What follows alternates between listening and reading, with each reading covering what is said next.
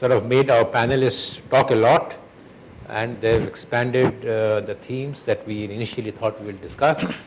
And I think it's time to throw it open to the House. And I would suggest, before you ask a question, identify yourself and make a pointed question. And if you think somebody you want particular to answer that question, please identify him as well. There are some microphones.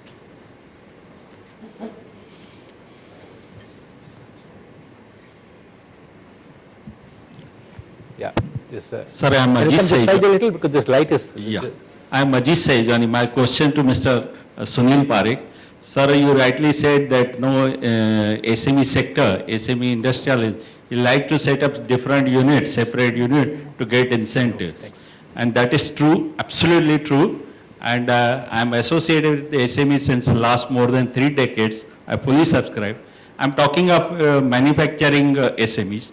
So they are no shy of innovation. So ultimately what should be done so that they are motivated to adopt innovation or other products as well? I personally feel that we tried a policy of supporting innovations by introducing about 8 years ago a complete payment for all patenting expenses for SMEs, which is a very bold step. Yeah. Anything that they patent in Gujarat, they get absolute full reimbursement from the government. The scheme has not been used. Less than 6% or 7% of the money that was allocated in the first year has been rolled over for 2 years and gone. The fault lies in. So I think somewhere there is the entrepreneurial, the wild animal entrepreneurial spirit of Gujaratis is originally they were traders. Then it came into the first round of manufacturing. But the generation, the next gen is where I think we are looking at leaps. And I am hopeful because I think there are 2 sectors which have demonstrated a lot of innovation. Pharmaceuticals, for example. That's right. Is now on the move in Gujarat. You know, you see new molecules, you see people doing in process management, yield improvement, cost products, a variety of things are happening. Now that needs to be replicated, and what drove pharmaceutical into this should also drive people in textile industries to produce new fabrics. Things that you put in the washing machine that doesn't iron, that doesn't wrinkle and all this. That was the first stage of development. There are whole new sets of innovation that you need, but not coming from anywhere. And we are one of the large, denim producers. We are one of the large cotton and fabric and fiber producers, but we don't see that happening in big companies or in small companies. So I don't know. I don't have an answer for you, Mr. Sahijwani. And while we had a culture earlier which sort of allowed people to, grow horizontally, how to make them grow vertically and, make them into powerful SMEs of the dream and aspirations that Firdaus said, and I really support him on this, because that is the transformation that is really needed. And I don't think the answer is fiscal incentives.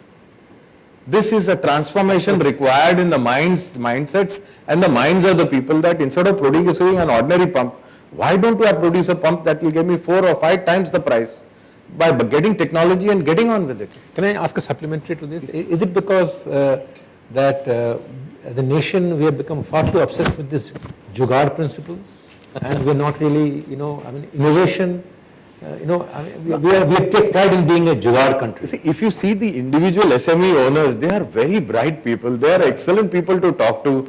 This idea has been mooted at various forums where people have said, why don't you look at the whole set of new product range in chemicals, in pharmaceuticals, and in variety of things. Why don't you do the next step, Yeah.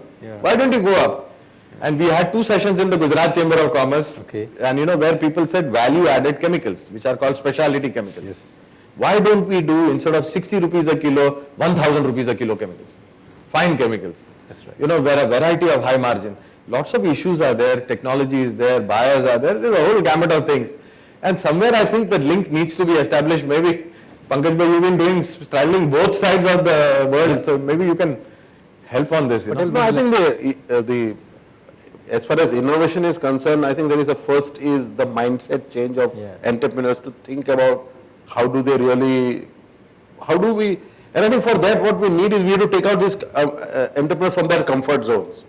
Today, some sort of protectionism which still exists in our country, which actually protect them against their business.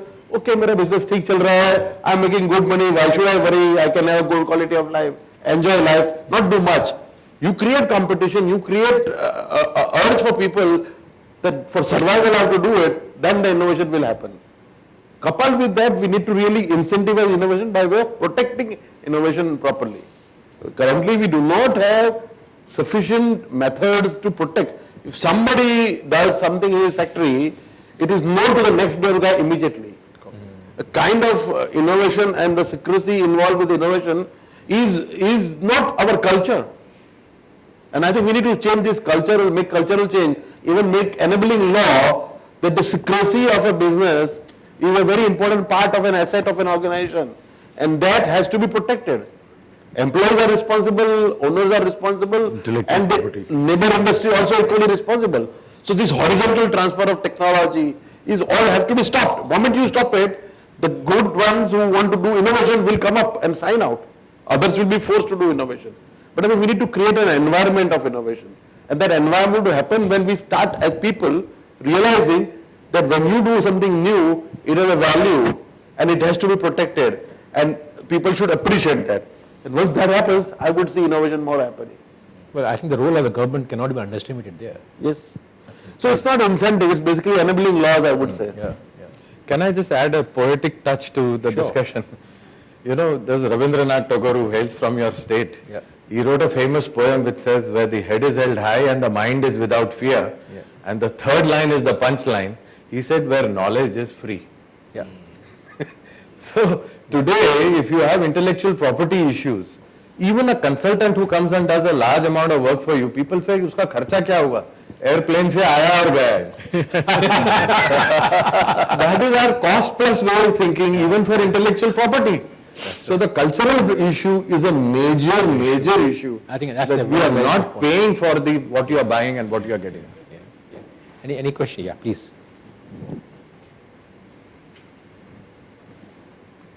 The panelists didn't talk much about the Human Development Index. Can they share their ideas how to improve the HDI? And Mr. Vandrewala, can you please highlight more how to improve the quality of life in the state? Big one, yeah. Yeah.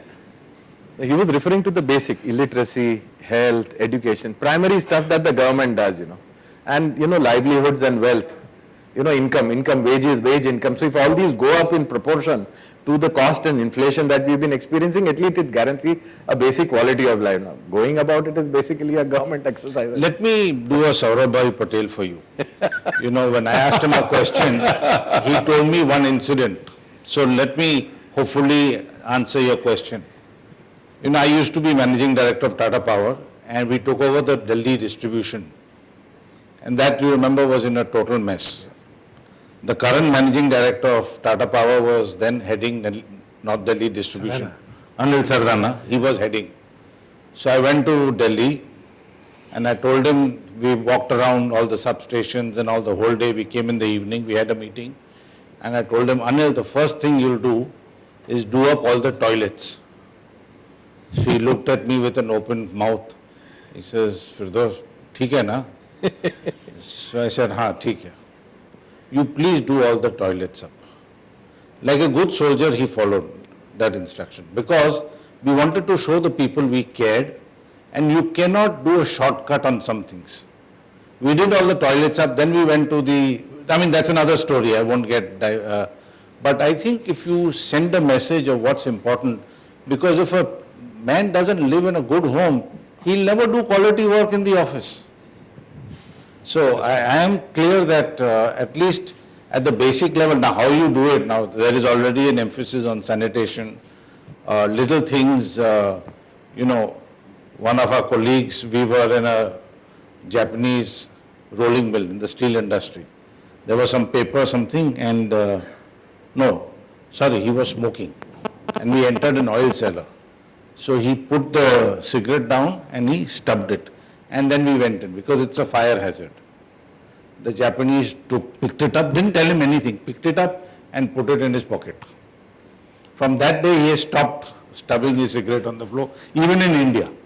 So I think little examples, you see the best of us, we will have pan, we will stop at a traffic light, open and spit.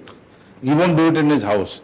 I think there's got the whole culture of housekeeping, sanitation, quality of living will make all those changes. It's not going to happen overnight. It is going to take some generations, but it's got to happen. I'm sorry I've given you a... No, it's a very good answer. Let me say, Zakir Hussain did the same. Jamia University. That's right. He actually, one of the students threw some paper. He picked them up and put it in his pocket. That was Zakir Hussain. No, but I did something else. Somebody threw paper out of the car. I chased the car at the red light. I had knocked. He put this window down. I threw it back and said, thank you, and walked away. These days they will put a gun onto your head. Yeah. And this was in Bombay, not in Delhi. This is very risky thing to do. Please. Yeah. I'm Dr. P.G. Kemurthy from Parul Group of Institutions. No, but you know, I'll tell you, sorry. No, please go. Just a minute. But you know, the children are changing. Yeah. They are changing. Now, if I'm having a shave, I have a little boy comes, he'll put my tap off. Because while I'm shaving, my tap is left on.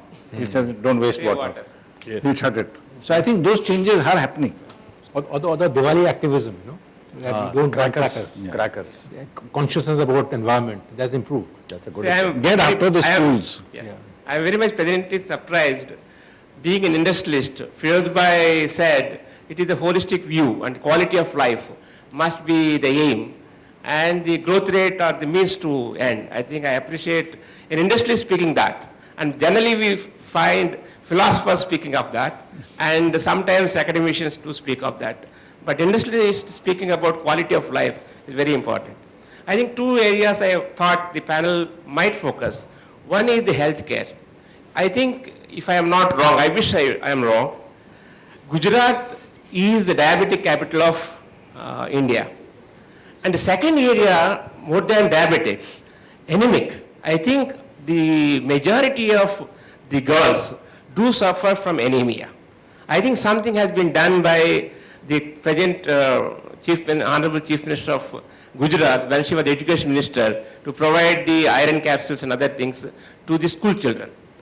See, when we, unfortunately in India, not much research has been done by even the top institutions, is that we are unable to link up with the health with innovative mind. For example, healthy mind and healthy body. So, whether it is Germans or French or other people, they focus a lot on primary health. Even in India, it is the state of Kerala which focus a lot on primary health. So, is it that we do not undermine the importance of the health? Does it leading us to not only the health hazards of diabetes or anemia, but also not giving us an encouragement to think innovatively like that? I think a holistic view is required to be done by the panel. Thank you. To any one of the members who is willing to take up a question. Pankaj bhai, you are the most qualified for the health. See, I think the overall this healthcare issue is a real issue we have, not only in Gujarat but nationwide. First of all, we do not spend enough on healthcare. Almost everybody in our country has to pay out of pocket for healthcare. And as long as that situation is going to remain, we would not be able to address the healthcare. We can say Gujarat is the capital of diabetes because data is available. But diabetes is also equally there in other part of India as well. It's not restricted to Gujarat. The point is, we have not been able to do things which is required for healthcare. Today, less than 2% of our GDP is spent on healthcare. That's right. And as long as we are going to be at 1.8. 2%, how are we going to really ensure that healthcare would be available to people? Clearly, we need to really look at, if you look at the income level, there are people who have income of 2 lakh rupees or less per year. Can they afford to buy a paracetamol tablet and eat? No, they cannot. But they have to still buy. And that's where the problem is. The people who have income of less than 10 lakh rupees, can they afford hospitalization? No. But they still have to spend money for hospitalization. Absolutely. We don't have insurance sector which is opening up, which is now likely to open up. Unless we have insurance, we will not be able to address this issue.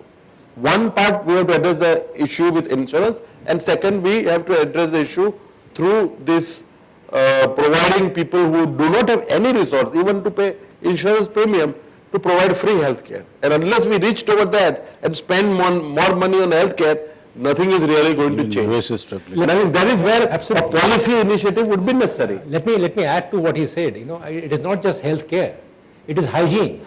I think I mean, unfortunately in this country we focus so much on healthcare and ignore the larger area of weakness, which is the hygiene situation. If you can tackle the hygiene situation and spend some money there, perhaps the healthcare requirement will be reduced and we will not be that. So that's an additional point. Yeah, it's a I comprehensive. just want to make a comment. You talked about holistic approach. I think all of us have to be careful of one thing. Many times, the solution we have in our mind defines the problem. Yeah. And I'll give you an example. This was told to me by a sociologist.